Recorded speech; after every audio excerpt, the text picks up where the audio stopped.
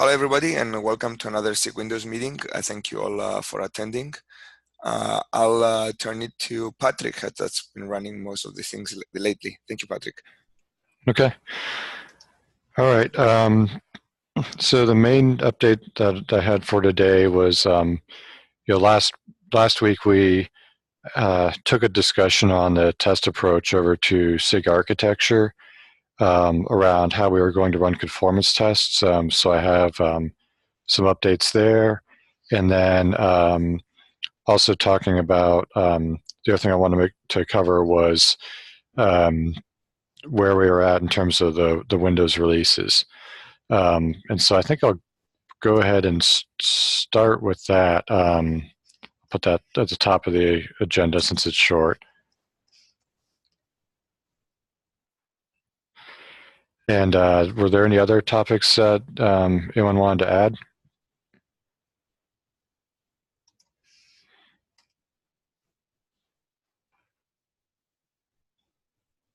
Okay, I guess I'll just go ahead and get started.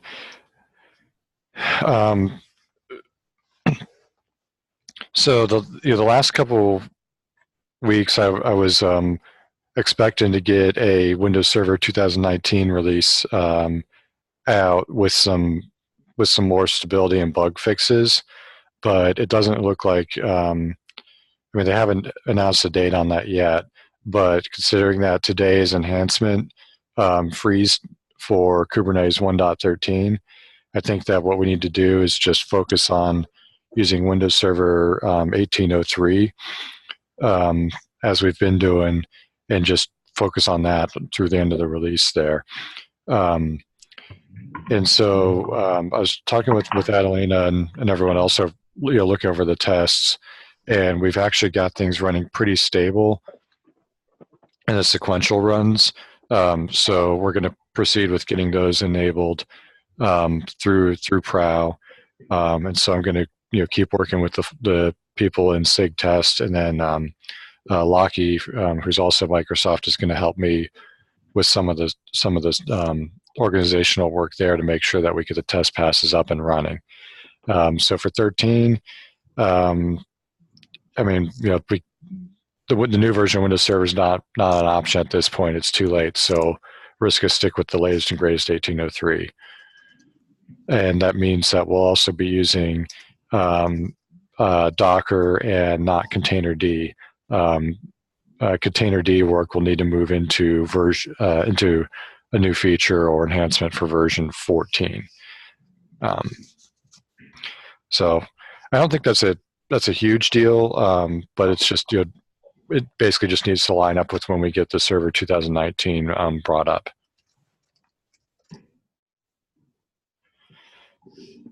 Yeah, that makes sense to me. I think that given the fact that we don't, we haven't run any test runs with that build, and we don't have it, then and how close we are to the release, it makes sense to go to 1803.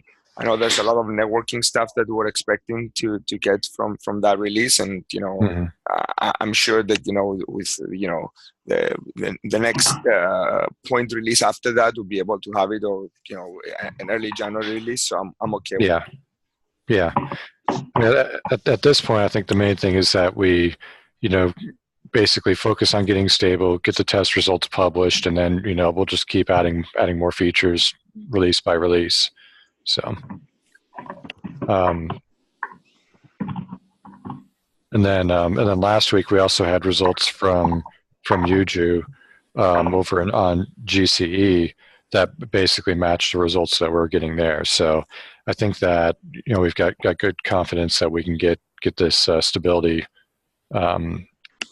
work done over the next. I guess we have about 5 weeks. 2 weeks until code slush, but we can still get bug fixes in between that and the release. So, okay. So that's that. The 7 or 8 bugs that you emailed Pengfei yesterday. Do you think that they're all going to make it in? Do we have enough resources to try to fix them all? I think so. Let me pull that list up real quick. Do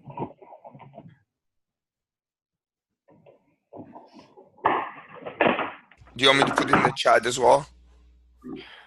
Hold on. Do you know how to? I'm trying to see if I can query based on milestone here.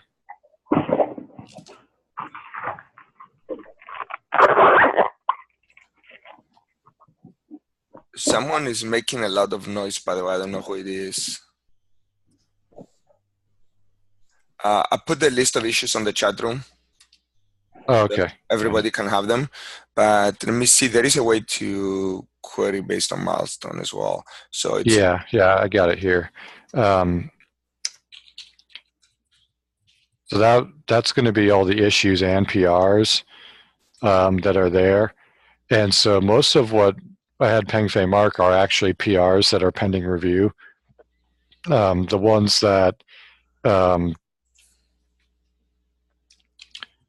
me look at how many of those are still open. So one of them was being able to set cube reserved and system reserved for Windows nodes. And Pengfei has a PR in for that. That'll let us make sure that we can set aside as much memory as needed for Docker and the kubelet, and not over provision those nodes. The other remaining stuff is bringing unit tests online, the DNS suffix search list, although that one may be able to move out, but since I think we had some work on it already, I had him mark it as 13. And then we had the DNS capabilities for Windows CNI plugins. That work's already got a PR. So really, the only open issues there that are not completed are the test issues, which is what we're focusing on now.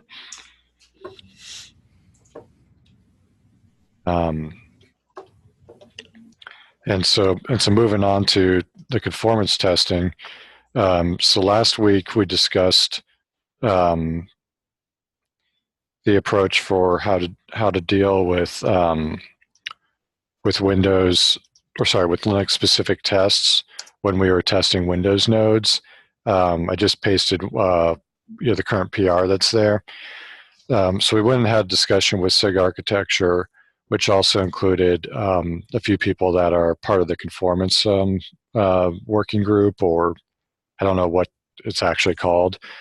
But our initial proposal was to go ahead and use an OS flag on the test pass to exclude the tests that were covering Linux only functionality.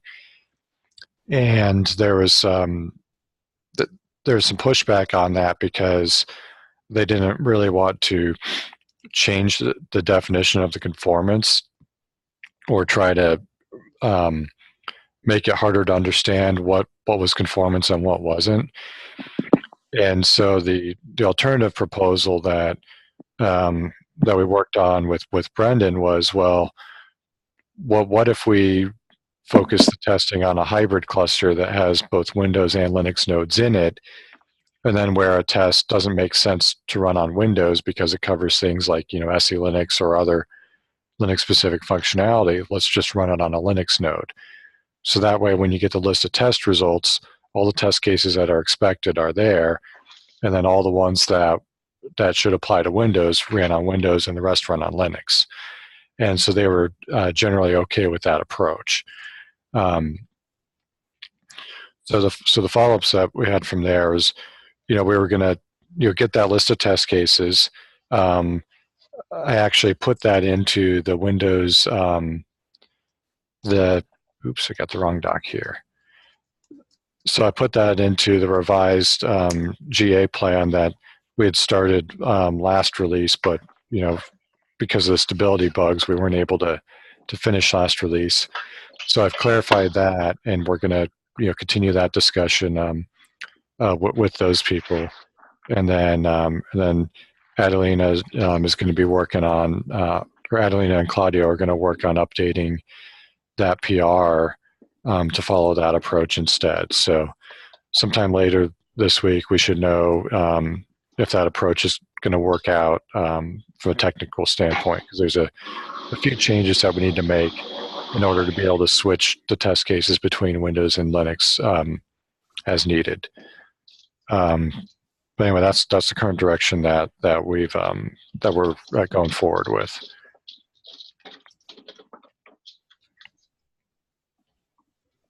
Makes sense to me.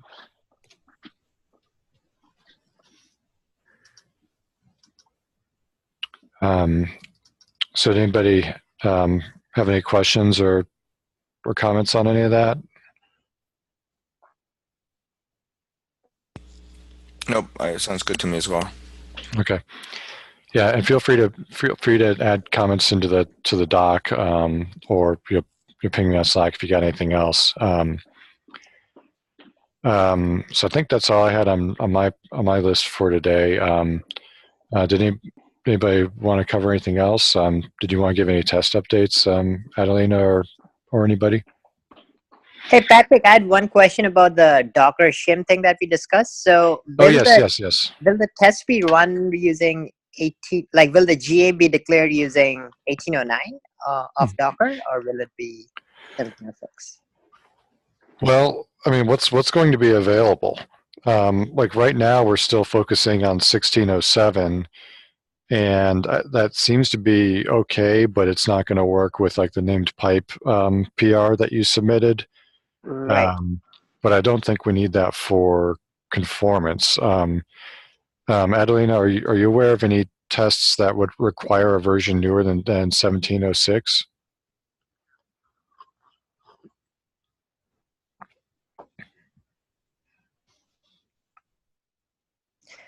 What I was getting at is like when 113 GA is like, will the Kubernetes node that says, these are the Docker versions supported, would that be updated to say 1809? Because 1706 is not one of the things that, it says in the notes for every kube release in the list of Docker engine versions supported, right? So I was curious about that aspect. Yeah, I mean, I think we can define what we want to support for Windows. So, I mean, if you have an 1809 release in the next, I guess pretty much before we get into code slush, we could potentially move to that if it's passing the tests. But because we basically get to pick what we call stable as a SIG. No one says we have to do 1706, but the problem is we can't do 1803. Actually, so let me give a quick overview of the situation here. So in Docker version, in Kubernetes version 1.12, the Docker API was updated and re-rendered to where it asks for a Docker API version of 1.38. The Docker 1803 release on Windows is an older version of the API. So if you install Docker 1803 and try to run Kubernetes 1.12 or newer, then what'll happen is the kubelet will not be able to get a connection to the Docker engine because of the API mismatch, and it just fails. I still don't fully understand why this works on Docker 1706. I think it may be that Docker 1706 allowed people to use an API with a version that was newer, as long as they didn't make any API calls that were only in the newer version. So for whatever reason, 1706 works, but 1803 rejects the connection. And so the options we have to fix this are we could either move to a newer version of Docker that supports the API version that matches what Kubernetes is asking for, or we could change the version, or we could change the code in Kubernetes to request a lower version for Windows nodes. So we could say use API version 1.30 if you're Windows, but use 1.38 if you're Linux. That's my understanding of it. Does that match what you had found, Deep? Yeah, exactly. So as I was noting, I think like by the time 113 comes around in December, so in around November, early November, 1809 will become GA. So that should align perfectly well, and 1809 being EE will also work on Windows. So so basically, if we move up to 1809, sometime in November, everything should align. But again, I assume that should just be a test enhancement. Yeah. In terms of just moving up the flag to download the latest bits. Yeah, and that's actually just a deployment step that we would update. So, Exactly. like the scripts I'm using on Azure, I would just have it install 1809 instead of 1706. Correct. And I think it'd be easy. We could use exactly the same script on GCE. Correct. Because we're all using the same installation source there. Yep. At least that's my understanding of it. Got it. So then, like, come November when 1809 becomes available, 1809 of Docker Engine, then maybe we can run that test and make sure everything's good. Yeah, and if there's a publicly available beta release before then, I'd be happy to switch to that version and give it a pass and see how it looks as well. Okay, so I sent that to you already on Slack. Maybe I can did. reset it to you. Yeah, there's a beta link to beta 3 of 1809 that's already available. Oh, I need to scroll down in Slack. Okay. No worries. Yeah.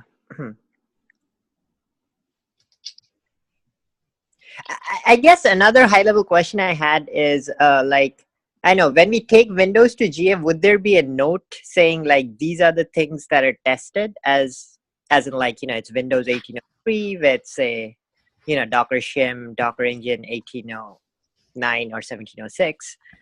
Yeah, there's two places that we would need to clarify that. One would be in the Windows docs that we have, just for how to set things up. We would just list the supported OS, or basically the stable OS and Docker versions that are there. Right now, I don't think we're going to put in any code to block older OS versions. We're just going to clarify that those are not declared stable.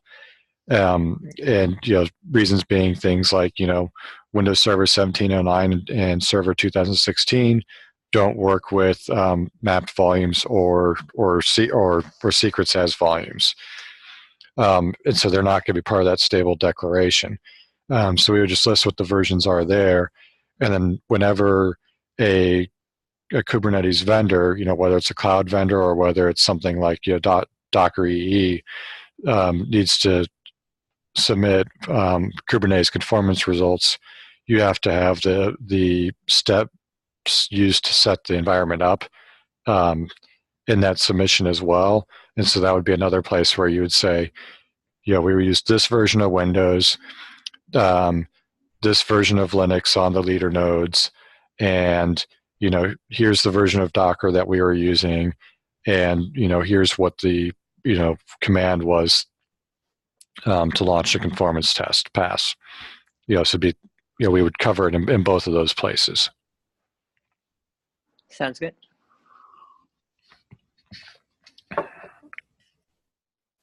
So back to the Docker version question. Patrick, do you know who owns or maintains this the Docker Microsoft provider, which is what I'm using to install Docker versions on my Windows nodes, and I think is also what most of the Microsoft documentation recommends using? Yeah. So that's jointly maintained between the Windows team and between Docker. But using the right parameters, you could pick which version of Docker EE you want to install. So once 1809 is available, you'll be able to pick there. The reason 1706 is the default is actually because that's the from my understanding, that's still the version that is supported for Docker Swarm users. And since there are a number of people using that under a commercial support contract, that was left as the default. Okay. Does that require a PR to update the available versions, or is it reading from? No. There's a JSON manifest that's used on the back end there. And if you actually look at the provider source code, you can find the URL of that manifest. Okay. Yeah, that rings a bell now. I think I've seen that. Yeah. But basically that code can handle multiple release channels. So it could simultaneously be able to offer 1706, 1803, and 1809. Yeah, 1809 would be in the test channel, basically. Yeah.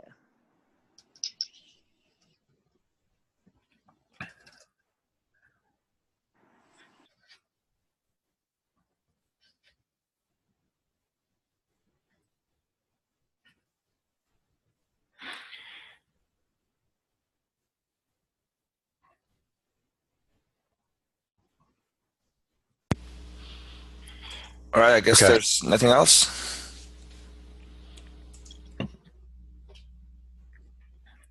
No, I think that's everything I had.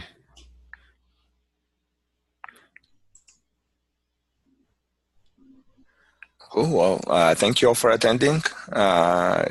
Appreciate Patrick for all the due diligence on all the tickets and everything else. And we'll take a look at the document you posted. Okay. Thank you all. All right. Thanks, everyone. Bye. Bye. Thanks. Thank Bye. you. Bye. Thanks.